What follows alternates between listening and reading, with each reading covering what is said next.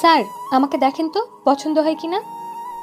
রাস্তা দিয়ে হাঁটার সময় কোথা থেকে জানি মেয়েটা এসে কথাটা বলে উঠল। ওর দিকে আর চোখে তাকিয়ে আবারও হাঁটা ধরলাম। স্যার দেখেন না পছন্দ হয় কিনা। দেখো, আমাকে যেই রকম ভাবছো আমি সেই রকম না। আমাকে যেতে দাও। আমি আপনার থেকে কম রাখবো স্যার, দয়া করে ফিরিয়ে দিবেন না। দেখো, আমি তোমার প্রতি আগ্রহী নই। আমাকে জোর করে লাভ নাই। স্যার, আমি কিন্তু এখনো কুমারী আছি, তবুও আপনার কাছে কম দাম রাখবো। মেয়েটার কথার কোনো জবাব না দিয়ে আগের মতো হাঁটা শুরু করলাম। মেয়েটি আবারও আমার পথ আটকে দাঁড়ালো। আপনার যা ইচ্ছে তাই দিবেন, দয়া করে আমাকে ফিরিয়ে দিবেন না। আমার টাকার খুব প্রয়োজন। আমি একবার বলেছি যে তোমার প্রতি আমার আকর্ষণ নেই, তাহলে কেন এত জোর করছো? স্যার, আজ রাতে আমি আপনাকে চরম সুখ দেব, আপনি একবার অনুমতি দিন স্যার। আমি এবার টাল সামলাতে না পেরে মেয়েটার গালে কষিয়ে 2টা থাপ্পড় মারলাম। সমস্যা কি? তোমাকে একবার বলেছি না যে আমি এই রকম না, তাহলে এত জোর করছো কেন? থাপ্পড় খেয়ে মেয়েটা গালে হাত দিয়ে চুপ করে দাঁড়িয়ে আছে। তার চোখ দিয়ে ফোঁটা ফোঁটা অশ্রু ঝরে পড়ছে। স্যার, আমার টাকার খুব দরকার, দয়া করেন একটু আমার উপর। আমি এইবার মেয়েটার দিকে ভালো করে তাকিয়ে দেখি মেয়েটার ফিগারের গঠন মোটামুটি ভালোই। ফর্সা গালে থাপ্পড়ের দেহ মোটামুটি স্পষ্ট বোঝা যাচ্ছে। ওর দিকে ভালো করে তাকিয়ে নিজের ভিতর পশুটা যেন জেগে উঠেছে। ওকে, তাহলে চলো আমার সাথে। মেয়েটা খুশি হয়ে আমার সাথে যেতে লাগলো। আসার সময় এক প্যাকেট সিগারেট নিয়ে আসলাম। বাসায় এসে চাবি দিয়ে দরজাটা খুললাম। বাসায় কি আপনি একা থাকেন? হঠাৎ করে মেয়েটা প্রশ্ন করে বসলো। চাকরির কাজে বাইরে থাকি, আর বাবা মা গ্রামে থাকে। ও আচ্ছা। তুমি গিয়ে ফ্রেশ হয়ে ওই রুমে বসো, আমি আসছি। এই বলে মেয়েটাকে একটা রুম দেখিয়ে দিলাম। মেয়েটা একটা মিষ্টি হাসি দিয়ে ওয়াশরুমে চলে গেল। এইদিকে আমি রান্নাঘরে গিয়ে 2 কাপ কফি বানিয়ে আনলাম। কাপ 2টা নিয়ে রুমে গেলাম। এই নিন, কফি খান। না স্যার, আমার নইলে দেরি হয়ে যাবে, আপনি আপনার কাজ শুরু করেন। এত তাড়াতাড়ি কিসের? সবুর করো, আগে কফি খেয়ে নাও। মেয়েটা আমার হাত থেকে কফির কাপটা নিয়ে চুমুক দিল।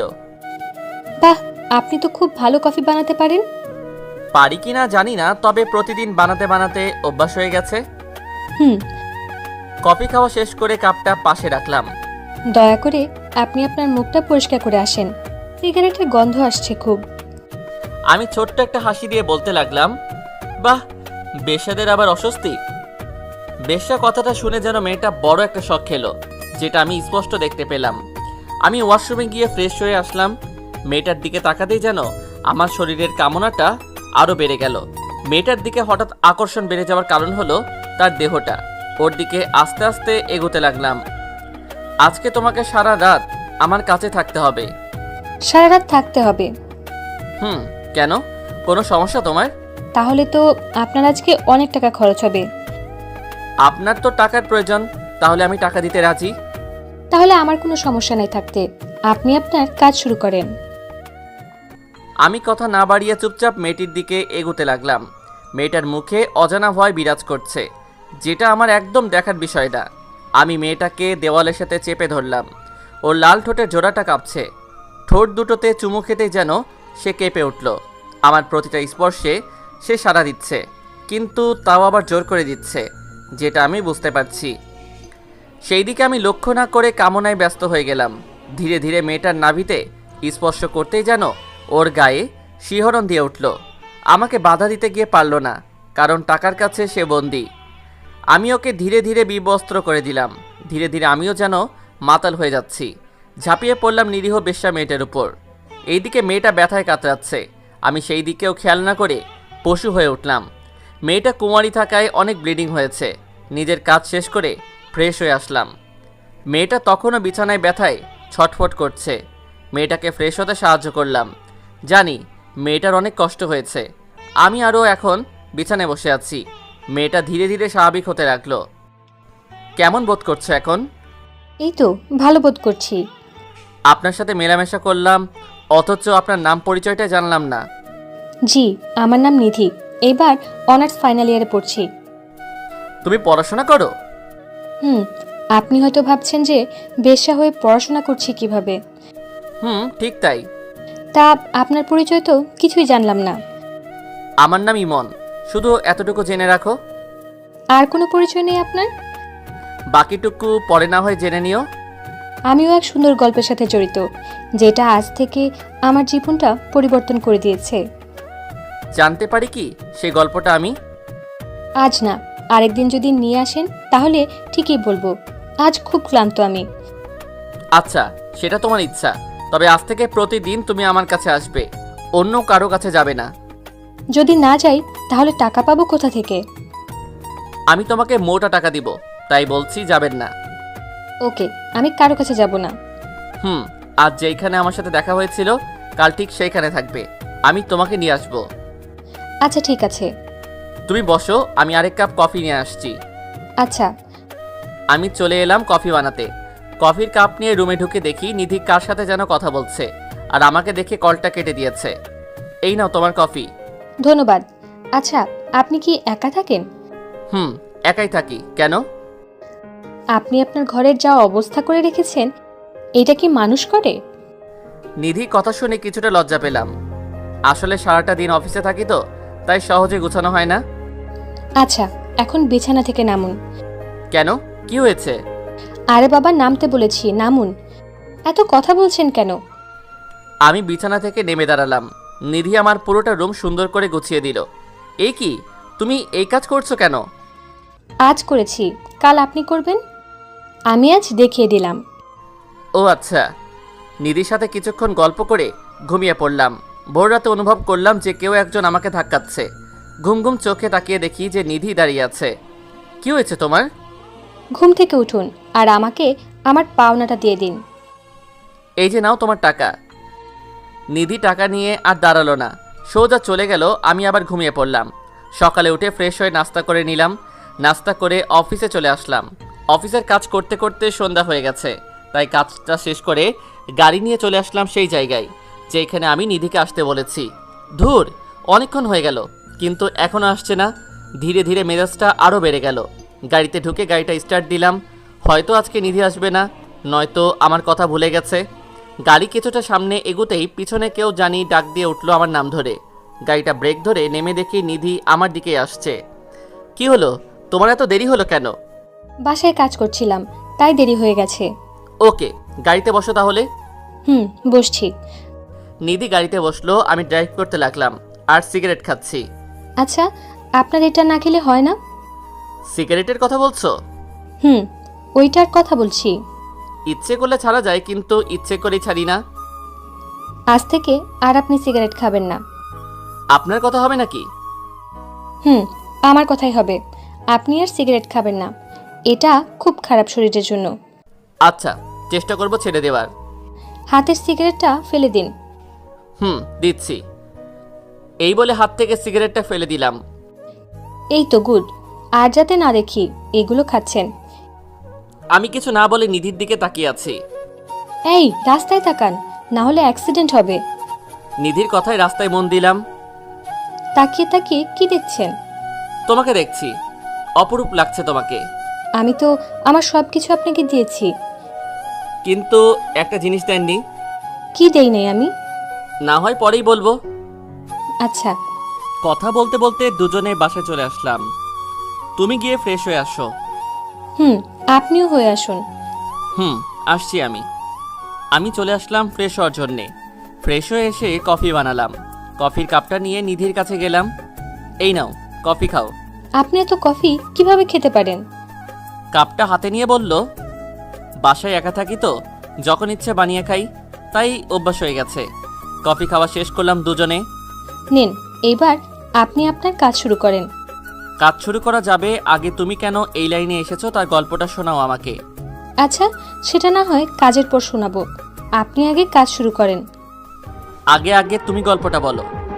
গল্প শুনেছি আপনাকে ভালো করে। এই বলে নিধি তার ঠোঁট দিয়ে আমার ঠোঁট দুইটা তার দখলে নিয়ে যায়। নিজেকে সামলাতে না পেরে সাড়া দিতে লাগলাম আমি ওর প্রতিটা স্পর্শে। নিধিকে যখনই স্পর্শ করি ততবারই সে কেঁপে কেঁপে উঠছে, যেন অজানা শিহরণ বয়ে যাচ্ছে আমার শরীরে। আমি নিজের কাজে ব্যস্ত, এক পর্যায়ে নিধিকে বিবস্ত্র করে নিজের চাহিদাটা মেটাতে লাগলাম। মেয়েটি জবাই করা মুরগির মতো ছটফট করছে। হঠাৎ নিধি কোনো সাড়া দিচ্ছে না। তাকিয়ে দেখি ও অজ্ঞান হয়ে গেছে। নিজের চাহিদা কাজটা রেখে পানি ছিটিয়ে দিলাম ওর মুখে। নিধি চোখ মেলে তাকালো। ঠিক আছো তুমি? কিছুটা। ওকে, তুমি রেস্ট নাও, তোমাকে আর বিরক্ত করব না। না না, আপনি আপনার কাজ করে যান, আমি সহ্য করে থাকতে পারবো। তুমি একটু অপেক্ষা করো, আমি কফি নিয়ে আসছি। আচ্ছা। আমি আবার কফি বানাতে গেলাম। কফিটা বানিয়ে ওর হাতে কাপটা দিলাম। দুজনে পাশাপাশি বসে আছি। ও কাপে চুমুক দিচ্ছে আর কথা বলে যাচ্ছে। এমন সময় ওর কল আসলো। ও আমার কলটা ধরতে বিব্রত হচ্ছে, সেটা আমি বুঝতে পেরেছি। তুমি কলটা ধরো আর স্পিকার অন করে কথা বলো। নিধি কিছু না বলে চুপচাপ আমার দিকে তাকিয়ে আছে। কি হলো, কথা কি কানে যাচ্ছে না? কলটা ধরে স্পিকারটা অন করো। মেয়েটা অনিচ্ছা সত্ত্বেও আমার জোরাজোরিতে বাধ্য হয়ে রিসিভ করলো কলটা। কলটা রিসিভ করতেই একটা বাচ্চা ছেলের আওয়াজ শুনতে পেলাম। আপু, তুমি কই? আজকে বাসায় আসবে না? আজকে অনেক চাপ রে অফিসে, তুই খেয়ে ঘুমিয়ে যা। না, আমি তোমাকে ছাড়া খাবো না, তুমি আসলে খাবো। তুই এখনো কিছু খাস নাই? না, তুমি না আসলে আমি খাবো না। একটু বোঝার চেষ্টা কর ভাই, আমি কাজে আছি, ফিরতে ফিরতে সকাল হয়ে যাবে। আমি তোমার সাথে আর কথা বলবো না, তুমি মায়ের সাথে কথা বলো। কিরে নিধি, তুই আজকেও কি বাসায় আসবি না? কি করে আসি আমি? চাপ অনেক, আসা সম্ভব হবে না। তুই ছাড়া যে অপু খাবার খাবে না। তুমি ওকে একটু বুঝিয়ে শুনিয়ে খাইয়ে দাও। চেষ্টা করেছি অনেক, কিন্তু পারছি না। তুমি ওকে মোবাইলটা আবার দাও। বলো আপু। লক্ষ্মী ভাই আমার, আজকে খেয়ে নে, কাল আমি থাকবো তোর সাথে, আর তোর জন্য অনেক চকলেট কিনে আনবো। আচ্ছা, আজকের মতো খাচ্ছি, আর খাবো না। খেয়ে চুপ করে ঘুমিয়ে যা। আচ্ছা আপু, মায়ের সাথে কথা বলো। কিরে, কিছু বলবি? তুই কি কিছু খেয়েছিস? খেয়েছি আমি, তোমরা খেয়ে ঘুমিয়ে যাও। আচ্ছা, সকালে তাড়াতাড়ি চলে আসিস। আচ্ছা, আসবো। নিধি কল কেটে দিল। পাশে বসে থাকা আমি পাথর হয়ে বসে রইলাম। খেয়াল করলাম ওর চোখের কোণে পানি। রাতে খাবার খেয়েছো? খেয়েছি। আমার দিকে তাকাও। নিধি আমার দিকে একবার তাকিয়ে চোখ নামিয়ে ফেলল। তোমার চেহারায় বলে দিচ্ছে তুমি কিছু খাওনি, তাহলে মিথ্যে বলেছ কেন? নিধি চুপ করে রইল। 1 মিনিট অপেক্ষা করো, আমি আসছি। কই যাবেন আপনি? একটু আসছি, তুমি বসো। এই বলে আমি রান্নাঘরে এসে কিছু খাবার বেড়ে নিলাম নিধির জন্য। খাবারটা নিয়ে রুমে গেলাম। আমার হাতে খাবার দেখে নিধি কিছুটা অবাক হলো। অবাক হওয়ার কিছুই নেই, তোমার জন্য খাবার এনেছি। আমার খিদে নেই, আমি খাবো না। একদম চুপ, আর একটা কথা বলবা না। নিধি ধমক খেয়ে চুপ করে বসে রইল। নাও, হা করো, আমি ওকে খাইয়ে দিব। এটা দেখে ও চমকে গেল। আপনি খাইয়ে দিবেন? আমি খাইয়ে দিব। সমস্যা আছে তোমার? নিধি মাথা নাড়িয়ে না বলল। তাহলে হা করো, আমি খাইয়ে দেই। নিধি হা করলো। আমি তাকে খাবারগুলো খাইয়ে দিতে লাগলাম। নিধি খাচ্ছে আর আমার দিকে তাকিয়ে আছে। এইভাবে কি দেখছো? আপনাকে দেখছি। কেন, আমাকে আগে দেখো নাই? দেখেছি, বাট এই রূপে আগে দেখি নাই। আচ্ছা, কথা না বলে চুপচাপ খেয়ে নাও। নিধিকে খাইয়ে বাকি খাবারগুলো রেখে আসলাম। এইবার বলো, তুমি কেন এই পথে নেমেছো? এই প্রশ্ন করার পর নিধি কিছুটা কষ্ট পেলাম, সেটা আমি বুঝতে পেরেছি স্পষ্ট। কি হলো, বলবা না? শুনতে চান আমার গল্প? তাহলে শুনুন। আমার জীবনে কোনো অভাব ছিল না, ভাবিনি কোনোদিন শরীর নিয়ে ব্যবসা করব। আমার বাবার অঢেল সম্পত্তি ছিল। বাবা মারা যাওয়ার পর থেকে চাচারা সব কেড়ে নিয়ে আমাকে আর আমার ভাই আর আমার মাকে রাস্তায় বের করে দেয়। ইদানিং আমার ভাই কঠিন অসুখে ব্যস্ত, তার চিকিৎসার জন্য অনেক টাকা প্রয়োজন। মায়ের সামর্থ্য নেই টাকার জোগাড় করার, তাই বাধ্য হয়ে ভাইয়ের জন্য এই পেশাটা গ্রহণ করলাম। নিধি এগুলো বলছে আর কাঁদছে। কেন জানি না, আজ ওর কথা শুনে আমার কাছেও খারাপ লাগছে। আমি ওর চোখের পানি মুছে দিলাম। আজ থেকে তোমার ভাইয়ের চিকিৎসার ব্যবস্থা আমি করে দিব, দায়িত্ব নিলাম আমি। নিধি আমার দিকে হা করে তাকিয়ে আছে। আমি ভেবে বলছি, আমি নিলাম তোমার ভাইয়ের দায়িত্ব। নিধির চোখ দুইটা কৃতজ্ঞতায় সজল হয়ে উঠল। সে হঠাৎ আমাকে জড়িয়ে ধরল আর কাঁদছে। আপনি আমার জন্য এত কিছু করবেন? এত কিছুই কই হলো, এইবার আমাকে ছেড়ে দাও। নিধি আমাকে ছেড়ে দিল। কাল থেকে তুমি আর এইসব কাজে আসবে না। আর বাসায় নিজের পরিবারকে সময় দিবা। আপনার কাছে না আসলে তো টাকা দিবেন না। তোমাকে আমি টাকা দিব, তাই তোমার আশা লাগবে না। আর নিজের পড়াশোনাটা চালিয়ে যাও। আচ্ছা। আর আজ থেকে আমাকে তুমি করে বলতে হবে, পারবে না বলতে? পারবো। আচ্ছা, তোমার নাম্বারটা দাও, সময় হলে কল দিব। আচ্ছা, দিব। এইভাবেই নিধির সাথে কিছুক্ষণ কথা বললাম, বলেই দুজনে ঘুমিয়ে পড়লাম। সকাল ভোরে ভোরে আমি ঘুমে থাকতেই নিধি চলে গেল। সকালে উঠে ফ্রেশ হয়ে নাস্তা করে নিধিকে কল দিলাম। হ্যালো, কে বলছেন? আমি ইমন বলছি। বলো। এই, তুমি যাওয়ার সময় আমার কাছ থেকে বলে যাওনি কেন? দেখলাম তুমি ঘুমে, তাই আর ডাকি নাই। নিজের পাওনাটা নিবে না? ওইটা না হয় আমার ভাইয়ের জন্য জমা থাকুক। ও আচ্ছা। নাস্তা করেছো? করেছি, তুমি করেছো? করেছি। এখন কলেজে যাচ্ছি। ওকে, সাবধানে যেও। তুমিও সাবধানে অফিসে যেও। বাই। Okay, bye. কলটা কেটে দিয়ে অফিসের জন্য রেডি হয়ে অফিসে চলে আসলাম। কাজ করতে করতে দুপুর হয়ে গেছে। এমন সময় নিধির কল আসলো। বলো নিধি। এই, দুপুরে কিছু খেয়েছো? না, পরে খাবো। তুমি খেয়েছো? খেয়েছি। তুমি খাওনি কেন? পরে খাবো, কাজ করছি তাই। ওকে, দ্রুত খেয়ে নিবা। খাবো। আজকে তোমার আর আমার বাসায় আসার প্রয়োজন নেই, তুমি বাসায় থেকো। আচ্ছা, থাকবো। ওকে, বাই। কল কেটে দিয়ে অফিসের কাজে মন দিলাম। কাজটা শেষ করে বাসায় ফিরে আসলাম। রাতের খাবার খেয়ে নিলাম। ঘুমানোর জন্য প্রস্তুতি নিয়ে ঘুমিয়ে পড়লাম। এই কি নিধি, তুমি হঠাৎ বাসায়? তোমাকে ইনভাইট করতে এসেছি। আমাকে ইনভাইট করতে এসেছো? কিসের জন্য? আগামী পরশু আমার বিয়ে, তার ইনভাইট। নিধির কথা শুনে যেন আকাশ থেকে পড়লাম। আমিও যে নিধিকে মনে মনে অনেকটাই ভালোবাসি, হয়তো প্রকাশ করা হয়নি, তাই বলে নিধি বিয়ে করবে? এসব কি বলছো তুমি? তোমার বিয়ে মানে? আমার বিয়ে মানে আমার বিয়ে। তাহলে আমার কি হবে? তোমার কি হবে মানে? আমিও যে তোমাকে খুব ভালোবাসি। কি? তুমি আমাকে ভালোবাসো? অনেক ভালোবাসি তোমাকে। তোমাকে ছাড়া থাকা যে অসম্ভব। তাহলে সেটা প্রকাশ করলে না কেন? তোমাকে হারানোর ভয়ে, যদি তোমাকে হারিয়ে ফেলি তাই। এখন তো আমাকে হারিয়ে ফেলেছো, কয়দিন পর আমি আরেকজনের বউ হব। না প্লিজ নিধি, এমনটা করো না। আমি যে অসহায় হয়ে যাব। নিধি কিছু না বলে হাঁটতে লাগলো। আমি ওকে পিছন থেকে ডাকছি, নিধি দাঁড়াও, প্লিজ দাঁড়াও। হঠাৎ ঘুমটা ভেঙে গেল আমার। পুরো শরীর দিয়ে আমার ঘাম বের হচ্ছে। তাহলে কি এটা স্বপ্ন দেখলাম? কিন্তু নিধিকে নিয়ে দেখলাম কেন? বুকটা এখনো ধপাস ধপাস করছে। ঢকঢক করে এক গ্লাস পানি খেয়ে নিলাম, তাও যেন কেউ বুকের ভিতর হাতুড়ি দিয়ে পিটাচ্ছে। আচ্ছা, আমি নিধিকে নিয়ে এই স্বপ্ন দেখলাম কেন? এই 2 দিনে মেয়েটার প্রতি মায়া জন্মে গেছে, তাই বলে এই স্বপ্ন দেখবো আমি? নিধিকে একটা কল দিব? না থাক, হয়তো এখনো ঘুমিয়ে আছে, তাই আর কল দিলাম না। হঠাৎ মোবাইলে যেন কেউ কল দিয়ে বসলো। তাকিয়ে দেখি নিধির কল। কি ব্যাপার নিধি, এই সময় কল দিল কেন? কোনো সমস্যা হয়নি তো? দ্রুত মোবাইলটা রিসিভ করলাম।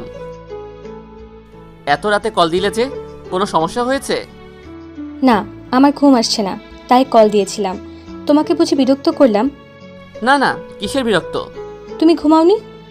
ঘুমিয়েছিলাম, কিন্তু একটা অদ্ভুত স্বপ্ন দেখছি, তাই ঘুমটা ভেঙে গেল। কি স্বপ্ন দেখেছো? সেটা এখন না, পরে বলবো। তোমার ঘুম আসছে না কেন? জানি না কেন আসছে না, তবে কল কাটার পর আসবে হয়তো। ও তাই? তাহলে ঘুমিয়ে পড়ো, সকালে আমার অফিস আছে। ওকে, গুড নাইট। Good night. কলটা কেটে দিয়ে আমি আবারও হারিয়ে গেলাম ঘুমের রাজ্যে। সকালে ঘুম থেকে উঠে ফ্রেশ হয়ে নিলাম। নাস্তা করার পর দেখি নিধি কল দিয়েছে। কলটা রিসিভ করলাম। বলো। এই, তুমি কি বেরিয়েছো? না, এই তো এখন বের হব। আচ্ছা, তুমি বের হও। কেন, কি হয়েছে? কিছু না, তুমি বের হও। এই বলে নিধি কল কেটে দিল।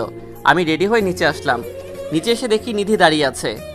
আরে তুমি, তাও এই সময়? কলেজে যাব। তো যাও, এইখানে কি? আমি তোমার সাথে যাব। আচ্ছা, তাহলে অফিসে যাওয়ার সময় নামিয়ে দিব তোমাকে। আচ্ছা। দুজনে গাড়িতে বসলাম। আমি ড্রাইভ করছি। কাল রাতে ঘুম হয়েছে? হয়েছে কোনো মতে। বেশি ভালো না হওয়ার কারণ? কারণটা অন্য কেউ, যে আমার রাতের ঘুমটা কেড়ে নিয়েছে। তা কে সে ব্যক্তি? নাম বলা যাবে না, আছে একজন। তা তোমার ঘুম না আসার কারণ? আমার কারণ আছে, সেটা বলা যাবে না। কি এমন কারণ যে আমাকে বলা যাবে না? এখন না, পরে বলবো। আচ্ছা, হঠাৎ আমার সাথে কলেজে যাবার কারণ? কোনো কারণ নেই, এমনি যাচ্ছি। তা কাল কি স্বপ্ন দেখেছো? তা তো বলবে না। সেটা বলে দিলে তো মনের কথা বলা হয়ে গেল। মানে বুঝলাম না। না কিছু না, এমনি। এখন গাড়ি চালান। আমি কথা না বলে ড্রাইভ করতে লাগলাম। নিধিকে কলেজে নামিয়ে দিয়ে আমি চলে আসলাম অফিসে। আজ অফিসে কাজ কম, তাই বসে বসে রেস্ট নিচ্ছি। হঠাৎ দেখি নিধি আমার ক্যাবিনে ঢুকলো। ওর দিকে তাকিয়ে আছি হা করে। আরে নিধি, তুমি এইখানে? আমার অফিস চিনলে কেমনে? আর এইখানে এসেছো কেন? আরে স্যার, কি বলছেন? আমি ফারিহা, নিধি না। ফারিয়ার কথায় ঘোরটা কেটে গেল। তাকিয়ে দেখি ফারিয়ার সামনে দাঁড়িয়ে আছে। ও তুমি? আসলে সরি, আমি বুঝতে পারি নাই। ওকে স্যার, সমস্যা নাই। তা কোনো সমস্যা আছে? স্যার, ফাইলটা কিছু সমস্যা করেছে, একটু দেখেন তো। কই দাও ফাইলটা। ফারিয়ার কাছ থেকে ফাইলটা নিয়ে ওকে বুঝিয়ে দিলাম। ওকে স্যার, তাহলে আমি যাই। ওকে যাও। আচ্ছা, আমি ফারিয়াকে নিধি মনে করলাম কেন?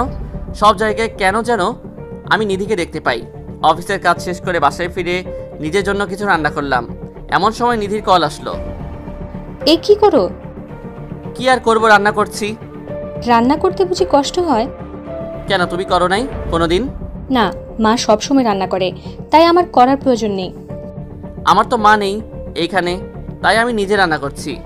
ওকে, তাহলে খাওয়ার পর কল দিও আমাকে। ওকে দিব। কলটা কেটে দিয়ে খাবারটা খেয়ে শুয়ে রইলাম আর পাশাপাশি মোবাইল টিপছি। আবার নিধি কল দিল। বলো। তোমার কি খাওয়া এখনো হয়নি? হয়েছে, আর এখন মোবাইল টিপছি। আমাকে কল দেওয়ার কথা কি মনে ছিল না? ও, একদম ভুলে গেছি, সরি। ভুলে তো যাবেই। আচ্ছা শোনো না, বলো। আপু আর মা তোমাকে দেখতে চায়। তা কিভাবে দেখা করব? আমার তো অফিস আছে। না, আমি কোনো কিছু শুনতে চাই না। তোমাকে আসতেই হবে কাল। কাল আসতেই হবে? আমি কাল কলেজে যাব না, আর তুমি কাল আমাদের বাসায় আসবে।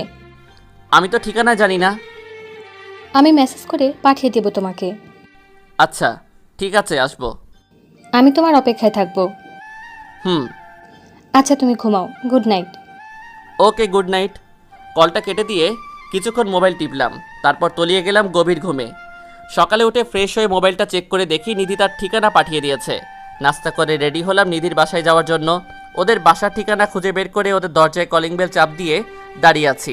একটু পর একজন মহিলা এসে দরজাটা খুলে দিল। কে আপনি? আর কাকে চাই? ইয়ে মানে নিধি নামের কেউ থাকে এখানে? তোমার নাম কি ইমন? জি, আমার নাম ইমন। ও, তাহলে তুমি ইমন। আসো বাবা, ভিতরে আসো। আমি মহিলার পিছন পিছন ভিতরে ঢুকলাম। আমি সোফাতে বসে আছি, এমন সময় একটা ছেলে আসলো আমার কাছে। ভাইয়া, আপনি এসেছেন? জানেন, আপনার জন্য এতক্ষণ ধরে অপেক্ষা করছি। তোমার নাম অপু? কেন, তুমি আমাকে চিনো না? তোমাকে তো আগে দেখি নাই, তাই চিনতেও পারি নাই। জানো, আমি তোমার নামে আপুর কাছে অনেক কিছু জেনেছি। তা কি জেনেছো? তোমার নামে অনেক সুনাম করেছে আপু। তাই নাকি? তা তোমার আপু কই? আপু তো ও রুমে। আচ্ছা, আমি ডাক দিয়ে আসি। দাও। আপু চলে গেল নিধিকে ডাকার জন্য। আমি ওদের বাড়ির চারপাশে দেখতে লাগলাম। আরে তুমি এখানে? আর আমি তোমাকে খুঁজে যাচ্ছি। নিধির কথা শুনে ওর দিকে তাকিয়ে হা করে দাঁড়িয়ে আছি। নিধি আজ সুন্দর করে সেজেছে ঠিক আমার মনের মতো। নীল কালার একটা ড্রেস, চোখে কাজল আর ঠোঁটে হালকা লিপস্টিক। ওকে দেখতে দারুণ লাগছে। এই কি হলো তোমার? নিধি ধাক্কা খেয়ে ধ্যান ভেঙে গেছে। ওর দিকে তাকিয়ে আছি। আমার ডায়াবেটিস হয়েছে মনে হয়। তোমার ডায়াবেটিস হয়েছে কখন আর কিভাবে? এত সুন্দর আর মিষ্টি করে সাজলে তো ডায়াবেটিস হবেই। হ্যালো মিস্টার, আমি আপনার ডায়াবেটিসের জন্য সাজিনি, সেজেছি ঘুরবো বলে। তুই ঘুরতে যাবে আজকে? যাব, তাও তোমার সাথে। আমার সাথে মানে? তোমাকে এখানে আনার প্ল্যান হচ্ছে মা আর আপুর সাথে পরিচয় করিয়ে দিয়ে, তারপর আমি আর তুমি সারাদিন ঘুরবো। আমি যদি না ঘুরতে যাই তাহলে কি করবে? মেরে নাক ফাটিয়ে দেব। এখন চলো। চলো। আজকে প্রথম নিধির সাথে ঘুরতে যাব। ভালোবাসার মানুষের সাথে ঘুরতে যাওয়ার অনুভূতি আগে হয় নাই। আর আজকেই নিধিকে প্রপোজ করে দিব, যা হবার হবে। আউচ! এই তুমি আমাকে চিমটি কাটলে কেন? তুমি কি বয়রা নাকি? অনেকক্ষণ যাবত আমি ডাকছি, অথচ তুমি শুনছো না। আসলে আমি একটা কথা ভাবছি, তাই শুনতে পারি নাই। এভাবে হাঁটবে নাকি একটা রিক্সা নেবে? ওকে দাঁড়াও, আমি রিক্সা ডাকছি। একটা রিক্সা ডেকে নিধির পাশে বসলাম। নিধির পাশে বসতেই আজান শিহরণ দিয়ে কাজ করছে মনে। ইমন, তুমি কি কিছুই বুঝো না? আমি আবার কি বুঝবো? সত্যি কিছু বুঝো না? আরে আজব তো, বলবো তো কি বুঝবো। না কিছু না, এমনি বললাম। চলো রিক্সা থেকে নেই, ওই জায়গায় যাই। হুম, চলো। রিক্সা থেকে নেমে ভাড়াটা পরিশোধ করে আমি আর নিধি চলে আসলাম একটা লেকের পাশে। চারদিকটা খুব শান্ত বিরাজ করছে। একটা পিচ্ছি মেয়ে ফুল নিয়ে যাচ্ছে। আমি ওর কাছ থেকে অনেকগুলো গোলাপ কিনলাম। এগুলো আবার কার জন্য কিনেছো? আমি কিছু না বলে ওর সামনে গিয়ে হাঁটু গেড়ে বসলাম। চুপচাপ ওর মুখের দিকে তাকিয়ে বলতে লাগলাম, জানি না তুমি আমাকে কি জাদু করেছো। শত ব্যস্ততার মাঝে মাঝে আমি শুধু তোমাকে দেখতে পাই। আমার প্রতিটা নিঃশ্বাসে যেন তোমার অস্তিত্ব খুঁজে পাই। আমার প্রতিটা অনুভূতি যেন তোমাকে ঘিরে। আমি তোমাকে শত ব্যস্ততার মাঝেও ভালোবেসে ফেলেছি। পারবি কি আমার অগোছালো জীবনটা গুছিয়ে দিতে? I love you. চোখটা বন্ধ করে চুপচাপ বসে আছি নিধির উত্তরের আশায়। জানি না সে কি বলবে আমাকে। হয়তো আমাকে নিষেধ করে দিবে। হালকা চোখ খুলে দেখি নিধির চোখে পানি। আমি উঠে ওকে জড়িয়ে ধরলাম। জড়িয়ে ধরার সাথে সাথে যেন ওর কান্না আগের থেকে বেড়ে গেল। এই পাগলি, কাঁদছো কেন? এই কান্না কষ্টের নয়, বরং খুশির। কোনোদিন আমাকে ছেড়ে যাবে না তো? না, কোনোদিন যাব না। তুমি শুধু আমার। হুম, মনে থাকে যেন। আচ্ছা, এইবার চোখের পানি মুছে ফেলো বলছি। হুম, মুছলাম। এইবার মিষ্টি করে হাসি দাও। হুম, দিলাম। চলো এইবার ওইখানে গিয়ে বসি। হুম, চলো। দুজনে পাশাপাশি বসে আছি। আচ্ছা, আমাকে প্রপোজ করার চিন্তা আসলো কিভাবে? তোমাকে আমি নিজের অস্তিত্বের সাথে মিশিয়ে দিয়েছি। তা কিভাবে মিশিয়েছো? তোমাকে নিয়ে আমি রাতে স্বপ্ন দেখেছি, আবার আমার সহকর্মীকে তুমি ভেবে উল্টাপাল্টা কথা বলেছি। তাই নাকি? সব তোমার জন্য। আমাকে জাদু না করলেই পারতে। আচ্ছা, তোমার খারাপ লাগে না একজন পতিতার সাথে বসে আছো আর প্রেম করছো? নিধির মুখে পতিতা নামটা শুনে কিছুটা কষ্ট পেলাম। তুমি তো পতিতা না, তুমি তো আমার কাছে এসেছিলে আর আমি তোমাকে গ্রহণ করেছি। আমার কাছে তুমি পতিতা নও। আমাকে গ্রহণ করে কি নিজের জীবনটা নষ্ট করে দিলে? একটা থাপ্পড় দিব এখন, আর একটাও কথা বলবা না। একটা থাপ্পড় দিব এখন, আর একটাও কথা বলবা না। যেটা সত্যি তাই বললাম। আমি চলে যাব নাকি এখান থেকে? ওকে, সরি, আর বলবো না। মনে থাকে যেন, আমি তোমাকে খুব শীঘ্রই বিয়ে করে নিজের করে নিব। আমাকে তোমার বাবা মায়ের কাছে নিয়ে যাবে না?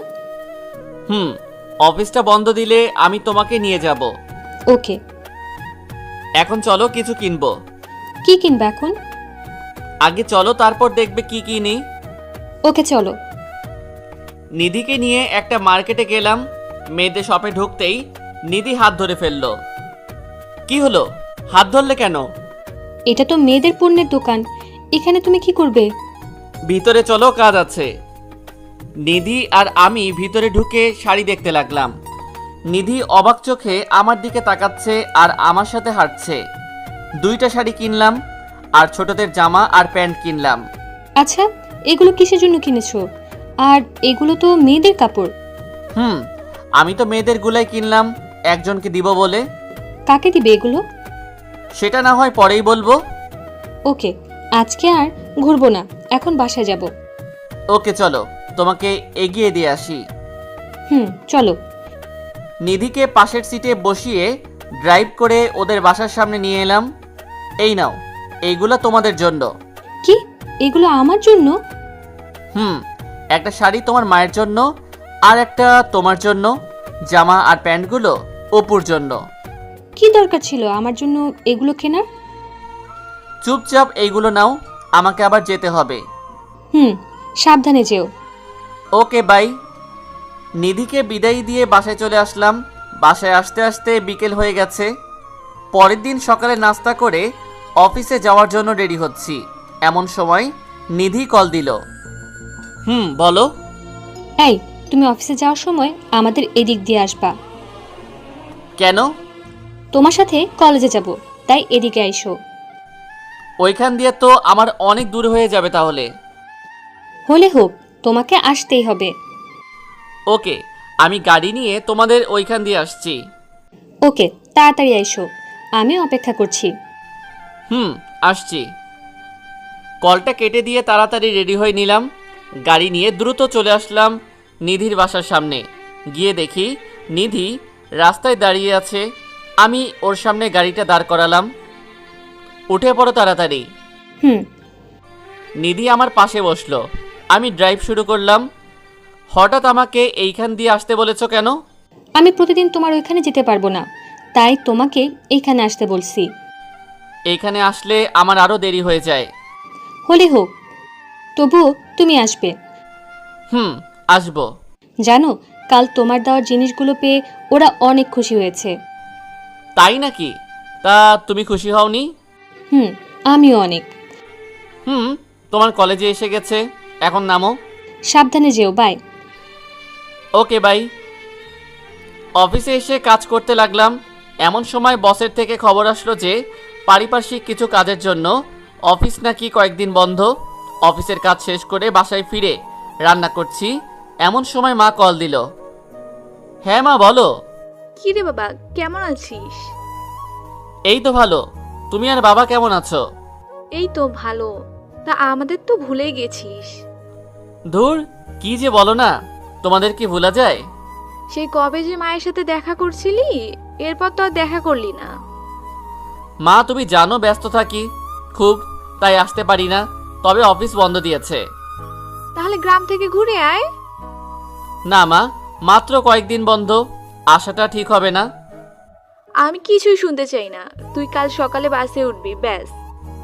ওকে, দেখি। না, কোনো দেখা দেখি নাই। তুই কাল আমার কাছে আসবি। আচ্ছা, আসবো। তা অফিস থেকে মনে হয় মাত্র ফিরেছিস, তাই না? এখন আসলাম। কিছু খেয়েছিস? না, এখন খাবো, রান্না প্রায় শেষ। ওকে, খেয়ে নে, পরে কথা বলবো। ওকে, আল্লাহ হাফেজ। কল কেটে দিয়ে কিছু খাবার খেলাম। খাওয়ার পর নিধির কল আসলো। বলো। কিছু বলবো না, শুধু শুনবো এখন। কি শুনবা? তুমি যা বলবে তাই শুনবো। কাল আমার সাথে যেতে পারবে? কোথায় যাব? কাল আমি গ্রামে যাব, আমার সাথে যেতে পারবে? যাব। তুমি কখন যাবে? যাব সকালে। তুমি আন্টিকে রাজি করাতে পারবে? আরে, আমি মাকে বললে মা আর না করবে না। ওকে, তাহলে কাল রেডি থাইকো, আমি তোমাকে নিয়ে যাব। জানো, আমি তোমার কথায় কত খুশি হয়েছি। না, জানি না, বলো কতটা খুশি হইছো? অনেক খুশি হয়েছি, যা বলে বোঝানো সম্ভব না। থাক, বেশি খুশি হইও না, পরে কাঁদতে হবে। তাও ঠিক। আচ্ছা বাই, পরে কথা বলবো। ওকে, বাই, লাভ ইউ। এইভাবে কেটে গেল রাতটি। পরের দিন সকালে নাস্তা করে রেডি হয়ে নিলাম বাড়িতে যাওয়ার উদ্দেশ্যে। রেডি হয়ে গাড়ি নিয়ে বেরিয়ে পড়লাম নিধির বাসার উদ্দেশ্যে। অনেকক্ষণ হয়ে গেল মহারানীদের বাসার নিচে অপেক্ষা করছি। মহারানী সেজে আসলো। ওকে দেখে আমি অবাক হয়ে দাঁড়িয়ে আছি। এত সেজে আসার কারণটা আমার অজানা। এত কি দেখছো আমাকে? এইভাবে তো আমাকে প্রেমের ফাঁদে ফেলেছো। তাই? তা আমাকে কেমন লাগছে? সেটার বর্ণনা দেওয়ার জন্য আমার দাঁত নেই। কেন? তোমাকে অনেক সুন্দর লাগছে। এখন চলো। আসছি। নিধি আমার পাশে বসেছে। প্রায় ঘন্টাখানেক ড্রাইভ করছি, এখনো 3 ঘন্টার রাস্তা বাকি। এই শোনো না। বলো, শুনছি। আমার অনেক বমি পাচ্ছে, শরীরটা খুব ক্লান্ত লাগছে। মেডিসিন কিনে দিব নাকি? না, আমি একটু কাত হয়ে ঘুমাবো। কাত হয়ে গাড়ির মধ্যে কিভাবে ঘুমাবা? তুমি ড্রাইভ করো, আমি তোমার কোলে ঘুমাচ্ছি। ওকে, ঘুমাও। নিধি আমাকে শক্ত করে চেপে ধরে আমার কোলে ঘুমিয়ে গেল। এইদিকে আমি আমার মতো ড্রাইভ করছি আর নিধির মাথায় হাত বুলাচ্ছি। 3 ঘন্টা পর আমি আমার গ্রামের বাড়িতে আসলাম। এইদিকে নিধি এখনো ঘুমিয়ে আছে। এই নিধি, উঠো। কি হয়েছে? ডাকছো কেন?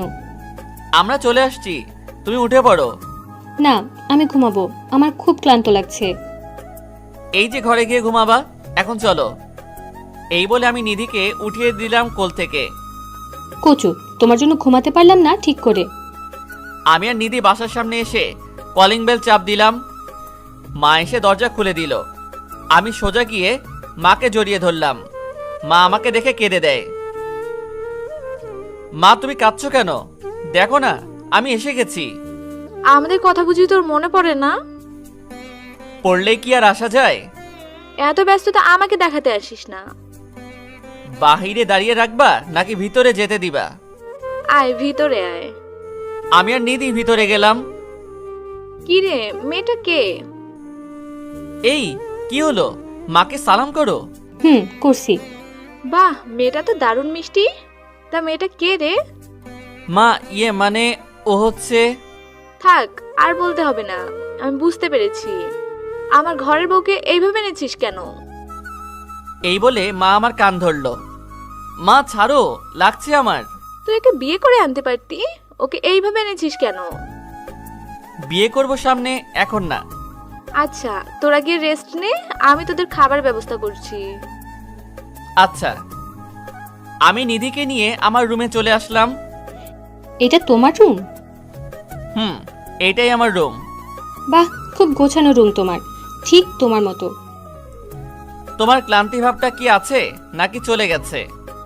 শাশুড়ি মাকে দেখে একদম চলে গেছে। ওকে, তুমি ফ্রেশ হয়ে আসো। হুম। নিধি চলে গেল ফ্রেশ হতে। আমি শুয়ে আছি, নিধি ফ্রেশ হয়ে আসলো, আমি গেলাম ফ্রেশ হতে। মা খাবার খাওয়ার জন্য ডেকে গেছে, দুজনে চলে গেলাম খাবার খাওয়ার জন্য। মা, বাবা কোথায়? তোর বাবা বাজারে গেছে। ফিরবে কখন? এই তো কিছুক্ষণের মধ্যে ফিরবে। ও, আমরা কি এবার তোর বিয়ে নিয়ে কথা বলতে পারি? পাগল নাকি?